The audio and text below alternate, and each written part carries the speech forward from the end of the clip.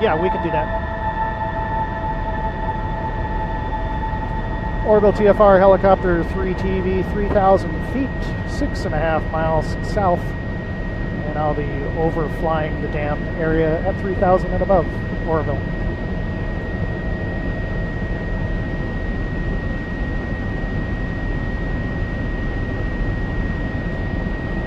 .3014, great, I was on 15, lucky me.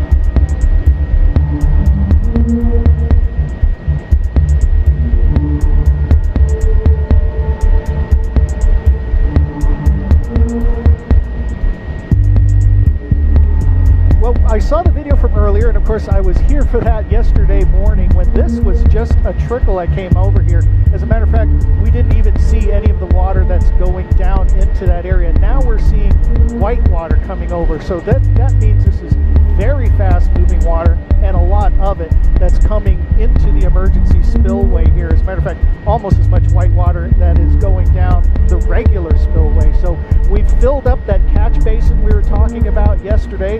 It has crested that, it has gone over, and it is flowing down. You can see there are several waterfalls that are cascading right down there. It heads right down into the trees, and then there is just kind of a river where it just joins out there. And Andrew's just going to kind of pan down towards the river. You can see the main part of it gets down to the main river right there. It's just going to go through those trees right there. Now, I'm at 3,100 feet right over the dam. Actually, I'm probably about 3 miles just south of it right now, but we're going to keep getting closer as I'm talking here. And there's just a lot of water here, way more than I saw yesterday morning. So you're seeing quite the torrent coming down here. Andrew, let's go back up and take a look at the spillway, and we can just see how much is going over that. Remember, yesterday, just a trickle here, and we kind of saw that little catch basin there, and we knew that it had to go over the road that goes into the parking lot. Now, as I look over there, the parking lot for the recreational area, it's underwater, and the road that was there, as you can see at the bottom of the screen right there, tilt down and zoom right in there, Andrew, to the right, you'll see the guardrails from the road.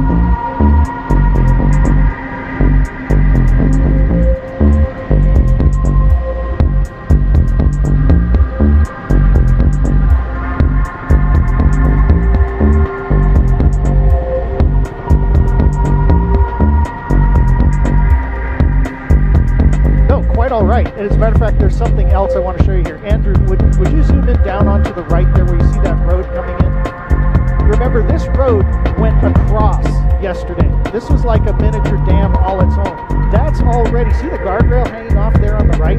That road has already washed away. And that was, we kind of called it like a mini catch basin. We thought that was going to fill up and then go over it. Well, at some point it did.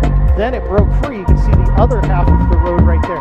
That's the road that goes into the recreational area parking lot. Now, Andrew, if you'll tilt up and go to the left, right up just in the upper left corner of where the water's spilling over there, see those pylons sticking up there? And you can start to see the parking spaces. That was dry yesterday. It was completely dry. You could actually drive through it. Now it's underwater, and it's under a lot more water than it looks like from the air. I can tell you it's a lot deeper than it looks like from here. Now, to put this in perspective, there is just a ton of water coming over here. I'm going to have Andrew go ahead and pan down where all this water is washing down the emergency spillway area. They did a great job of clearing that area out. but you can see how much water is just coming through here and how fast it's moving as it makes its way down to the river.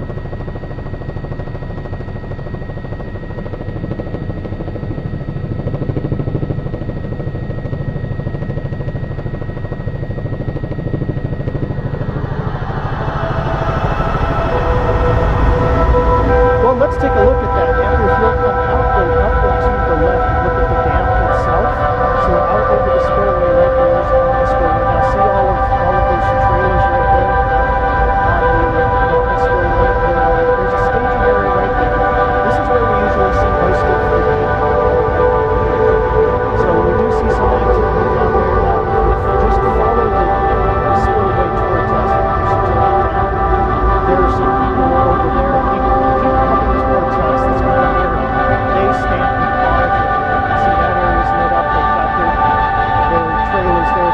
Folks I was looking for right there. A lot of the pictures we see from the emergency spillway are actually coming from where these folks are standing.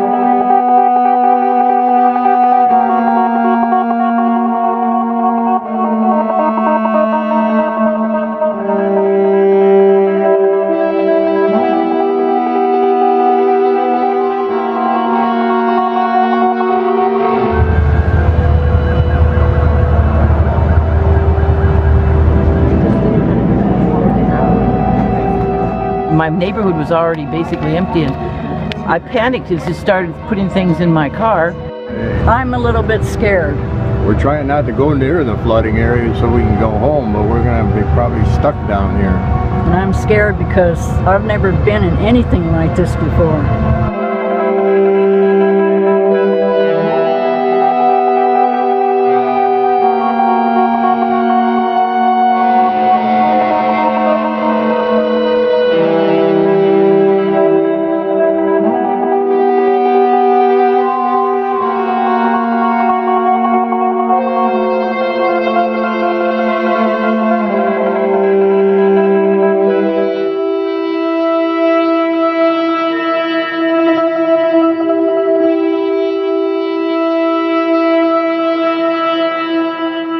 We'll be sending 8 helicopters to assist with the spillway reconstruction activities. Those aircraft will also be available for search and rescue if we have to move into that mode. We're sending military police to assist with law enforcement in securing evacuated areas. And we're also going to be sending mass care and shelter units that can shelter either responders or displaced people.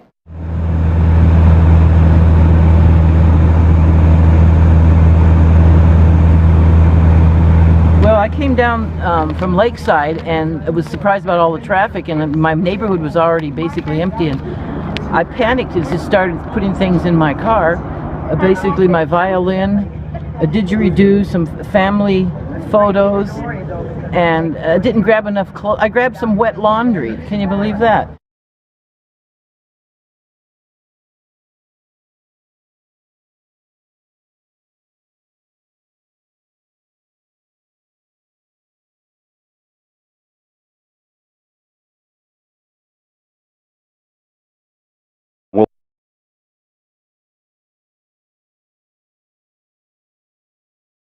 We're trying not to go near the flooding area so we can go home, but we're going to be probably stuck down here. And I'm scared because I've never been in anything like this before.